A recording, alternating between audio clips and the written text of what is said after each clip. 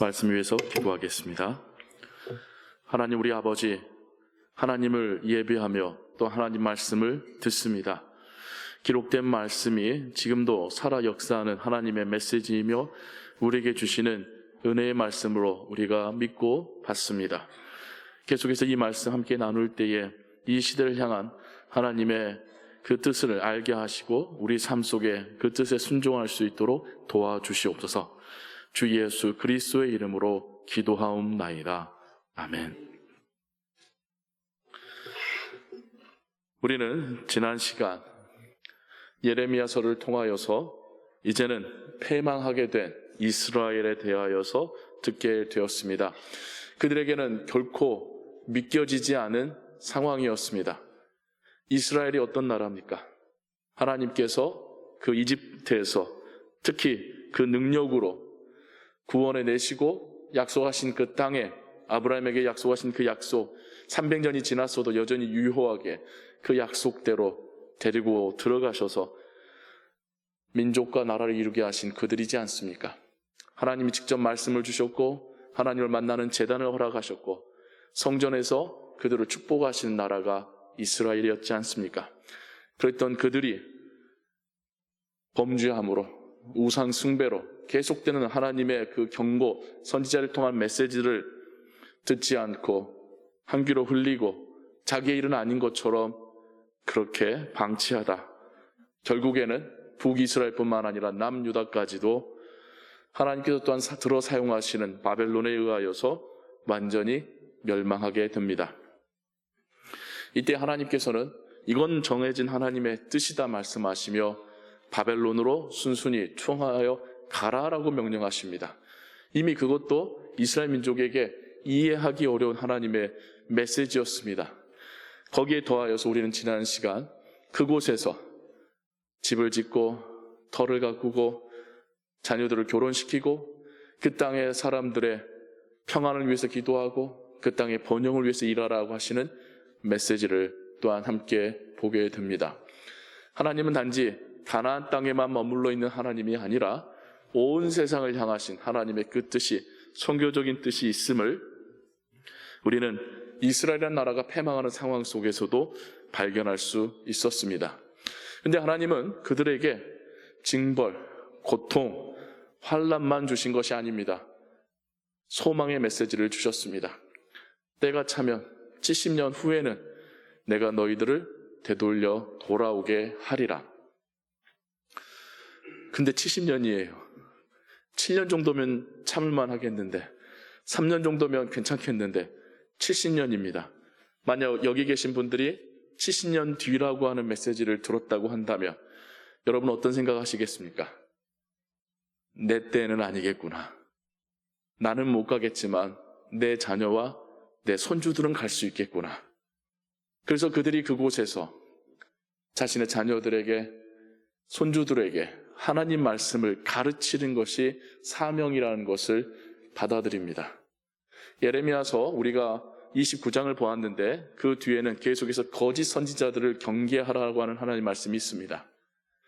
이러한 상황 속에서도 거짓을 말하는 자들, 사람들의 귀를 달콤하게 하고 즐겁게 하고 마음을 혹하게 하는 그 말을 듣지 말라라고 하는 하나님의 메시지를 우리는 성경에서 함께 보게 됩니다. 이제 보냄받은 자로서 마치 오지로 찾아간 선교사의 심정으로 바벨론 한복판으로 간 그들은 그곳에서 믿음의 삶을 살아가게 됩니다. 하지만 모든 인권과 가지고 있었던 모든 것을 다 누리며 살 수 있는 상황은 아니죠. 빼앗기고 억눌리고 제한받고 탄압당하는 상황 속에서도 믿음 붙들고 살아가야 되는 것이 그들의 삶이었습니다. 근데 에스겔서를 보면 하나님이 그 땅에 임재하십니다. 그 그발 강가에 나타나셔서 내가 너희와 함께 있다라는 것을 직접 보여주십니다. 와, 얼마나 마음이 뭉클했을까요? 제가 유학을 왔을 때에 저는 미국에 아무도 아는 사람이 없었어요.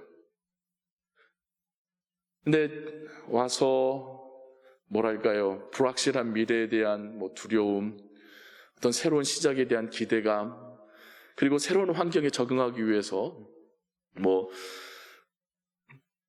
하나 제대로 살 수 있는 건 없었습니다. 다 누가 쓰고 버린 거 가져다가 집을 채우는 그 상황 속에서 어느 날 저녁에 길을 걷고 있었는지, 그땐 차도 없었던 것 같은데 제 아내랑 저 한 밤하늘 위에 달을 봤습니다. 미국 달은 한국 달보다 크더라고요.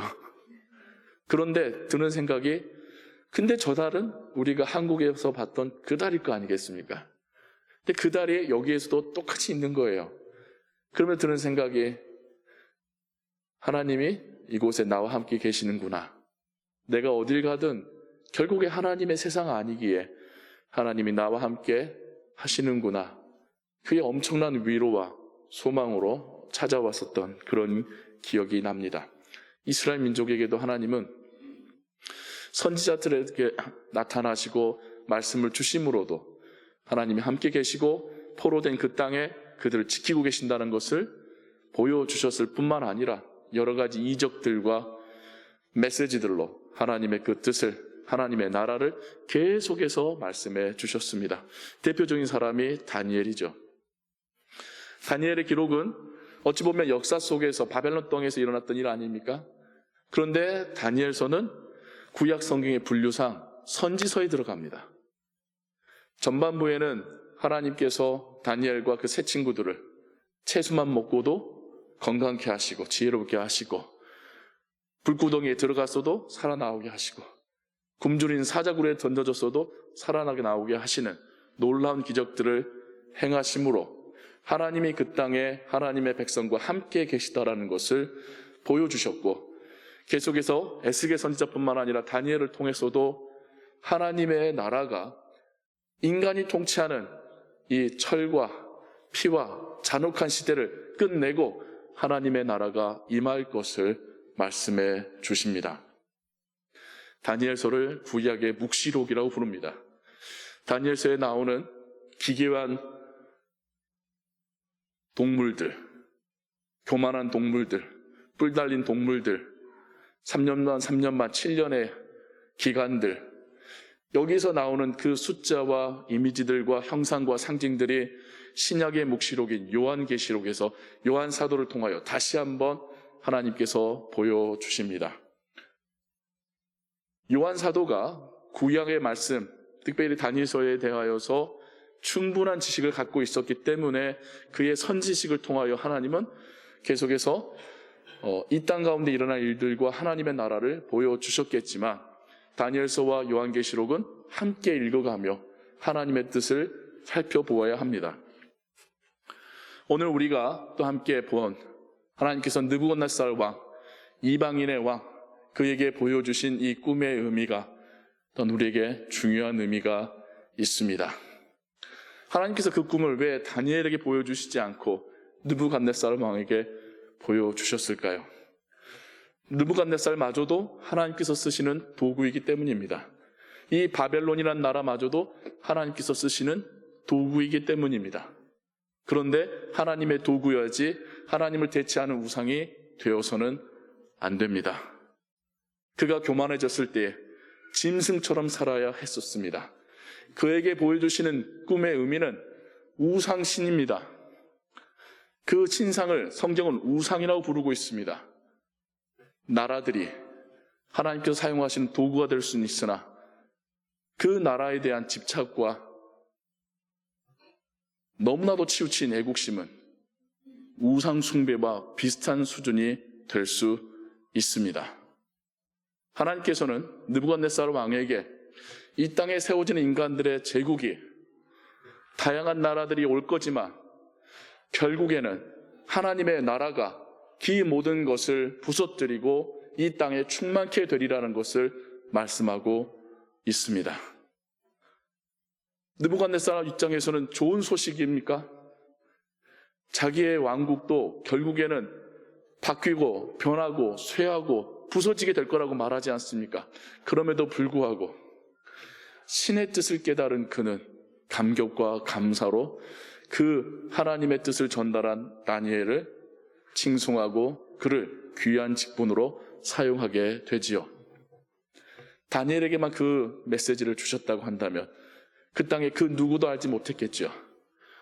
느부갓네살의 마음이 바뀌고 다니엘을 통하여서 여호와 하나님을 깨닫게 되었을 때에 이젠 그 땅에 하나님의 백성들이 안전하고 또한 하나님의 보호하심 가운데 사는 삶을 살 수 있게 되는 것이죠. 그리고 훗날 고레스에 의해서 다시 그들이 자기의 땅으로 돌아갈 수 있는 그러한 발판이 여기에서부터 만들어지게 되는 것이겠죠. 학자들은 그 신상의 모습처럼 바벨론, 그 다음에 페르시아, 그 다음에 그리스, 마지막 로마의 분열, 그 모든 것을 깨뜨리시고 이 땅에 임재하시는 하나님의 아들 메시아 예수 그리스도와 그분의 나라가 그 꿈의 내용이라고 함께 해석합니다. 그 나라들을 우리는 역사 속에서 살펴보았고 알고 있습니다. 그리고 마침내 하나님의 나라가 이 땅 가운데 임재하여서 그 모든 것을 부서뜨리고 세상을 가득 채우는 돌이 될 거라고 말합니다. 이 돌에 대해서 성경이 뭐라고 하냐면 산에서 떼어냈는데 사람의 손으로 하지 않았다라고 말하고 있습니다.